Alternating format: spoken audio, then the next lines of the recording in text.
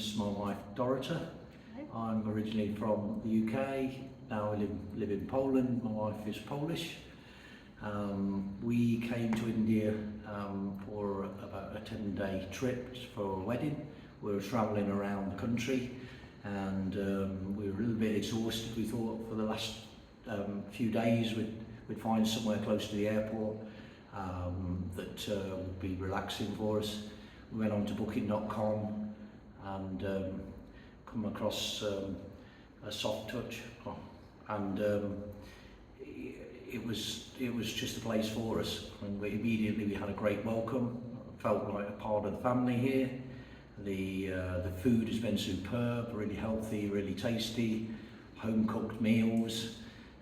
We've had some massage treatments, which again have been wonderful, and the whole ambience and the surrounding is perfect for relaxation.